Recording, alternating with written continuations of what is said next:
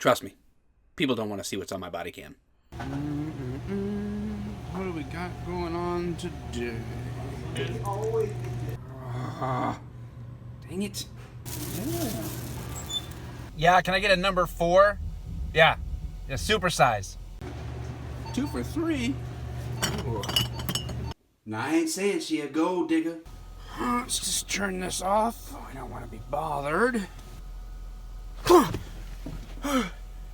Wait, did I fall asleep? I hope it's time to go home. I got you.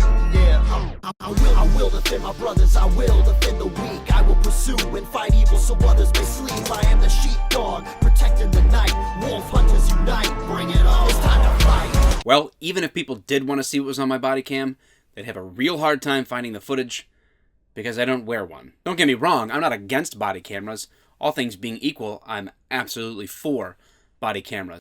Well, Mike, why don't you have a body camera? Well, one real simple, huge reason. Money.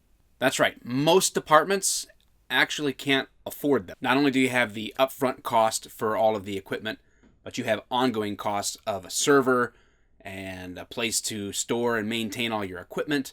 You've got ongoing replacement costs, repair costs, the people to do that. There's a lot of expenses involved in actually maintaining body cameras. And the reality is that most of the people demanding that all the police have body cameras actually don't understand how taxes work. Because unless your city government is corrupt, you can't just spend money that you don't have. Contrary to what others may think, body cameras actually exonerate officers in almost all the situations that they're called into question. So yeah, I want to wear one. Bring it on!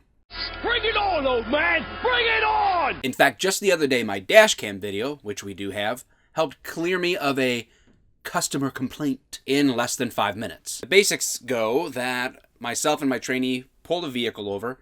He conducted the traffic stop. He was the one doing the talking. And he pulled this vehicle over for a vision obstruction. One 19-year-old female in the vehicle. He approached the car, asked for driver's license, the paperwork for the vehicle, and then as he was explaining the reason for the stop and going to go back to the vehicle to check the license and all that stuff, he asked her, are there any narcotics or weapons in the vehicle? That's a pretty standard question that you would ask somebody on a traffic stop. People might not ask it all the time, but it's definitely standard for myself. It's something that I teach the trainees that I'm with to, as a regular course of action, gauge the people in the vehicle when you ask questions like that. And of course, she said no, and she was very polite, or seemingly polite at the time. The rookie runs the information, walks back to the vehicle, and says, all right, I'm just going to give you a warning today. Yeah, that's right, a warning. Ooh. And even threw on a have a happy holiday. Although if it would have been me doing the talking, I would have said have a Merry Christmas, so that I could have triggered somebody and sent the SJW community into a frenzy. But that's just me. Fast forward to the complaint part. She tells somebody who ends up contacting the department and saying that we refused to provide badge numbers or names, that we accused her of having weapons and narcotics in the vehicle, that we pulled her from the vehicle, and then we unlawfully searched her vehicle without a warrant. Go over and hit play on the dash cam. You see the real string of events, the real conversation.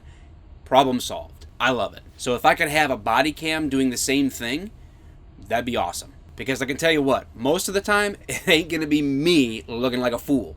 It'll be Cheech and Chong doing that to themselves after they ran their car into a pole. You better put your seatbelt on, man. I'll tell you that much. And while I really don't want something extra on my uniform or my belt to lug around, I do think that they are a great tool. They can show clear facts about something that was or wasn't present. They will be able to show, did this guy or girl have a knife in their hand? Did that person charge the officer? Did or did not this person that was involved in a shooting with the police have a gun or not? So there are certain things that can be seen plainly on a body cam. I'm all for it. As a general rule, all things being equal. However, body cameras aren't necessarily the answer that the public in general is looking for, or they might not be able to accomplish what the public wishes they could for two huge reasons. Yes, I'm sure there's plenty of more points of discussion, but for simplicity's sake and for time's sake, I'm going to hit these main two. First, it is never going to show you everything that the officer sees. Not only is it going to be incapable of showing you the officer's entire field of view, it's also not going to be able to show you what happened before the camera started rolling. It's not going to give you the information that the officer may or may not have had going into that situation. It's certainly not going to give you the nonverbal cues or the non-visual cues as far as the camera is concerned that can be perceived in a situation that could be dangerous. I'm sure if you think about it, you can think about situations in your own life where there's a difference being in a room with people and you can kind of feel awkward or feel unsafe. So there's certain things that body cameras aren't going to give someone that's looking at it later. So it's just not going to be able to show everything. And it seems like every case now, defense attorneys, I want the body cam footage. I want the body cam footage. But the body cam footage isn't necessarily going to show everything. And so I think people sometimes want to put too much trust, too much burden of proof or evidence into the limited view that a body cam can give you.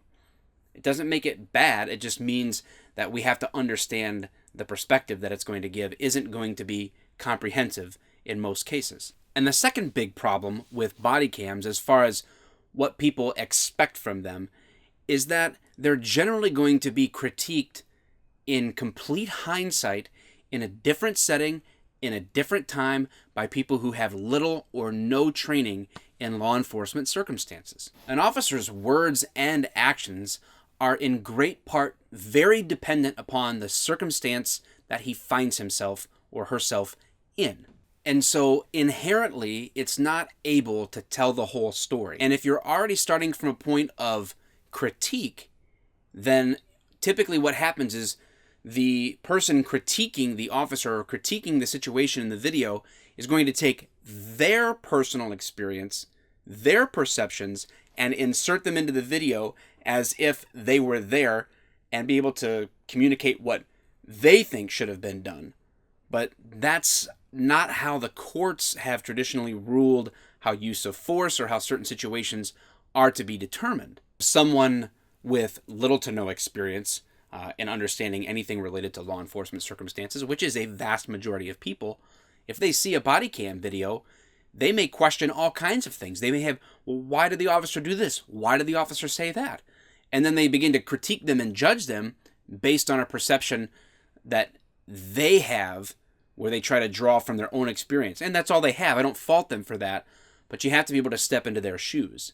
And so there's a weakness in this culture in which body cam footage is demanded and then it's put out all over the media with little explanation, very little defense, very little resources to help the non-police officers understand what's really going on in that video. No, I'm not trying to justify any illegal, immoral, unethical decisions or actions from law enforcement officers that are caught on body cams. If that's what the facts are, I am all for getting rid of them or disciplining them or whatever is appropriate at the time.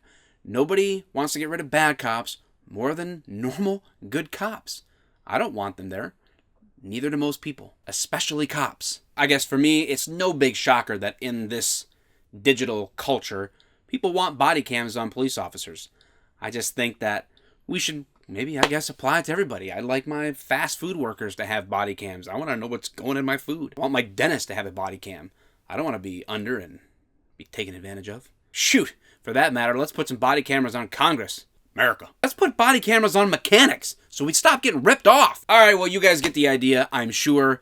Again, there's probably all kinds of little finer points. Maybe you've got some questions, concerns, thoughts on the issue. Drop them in the comments. As always, give this video a like, please. Give it a share. Subscribe to the channel if you haven't. Become my biggest fan.